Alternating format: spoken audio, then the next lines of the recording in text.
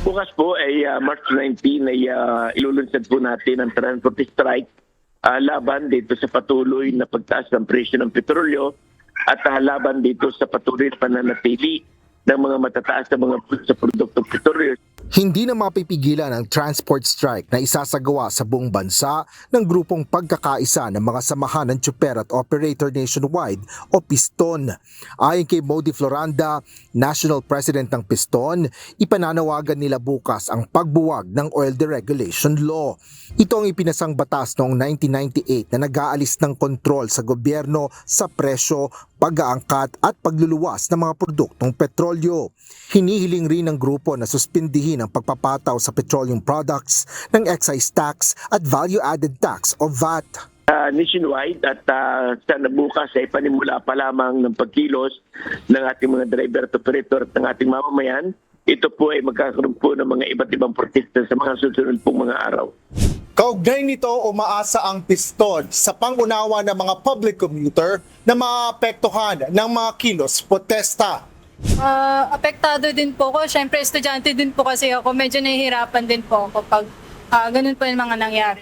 Tiis-tiis na lang sa habulan ng jeep. Wala nang problema. Di maglakad ho tayo. Wala nang problema yan.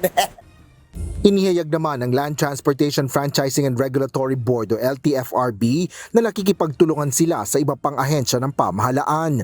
Ayon kay LTFRB Chairman Vigor Mendoza II, layo nito na matugunan ang posibleng kakulangan sa mga sasakyan para sa mga public commuter. We're working with DOTR and other government agencies like MMDA. Meron na pa tayong mga backup vehicles in the event na pagkaroon ng stranded passengers along the road. We are coordinating with everyone. Dagdag pa ng LTFRB chief, binabantayan nila ang sapat na bilang ng mga sasakyan hindi lang sa Metro Manila kundi sa iba pang mga major urban areas. Sobra ho. We have more than enough. In fact, itong huling nagdeklara ng strike, hindi ho natin nagamit yung augmentation natin. Nakapara lang ho sa Araneta, hindi man lang tumakbo.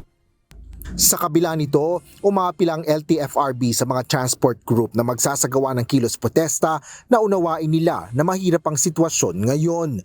Kita naman anila ng mga ito ang ginagawang mga hakbang ng pamahalaan para sa mga apektadong sektor sa transportasyon.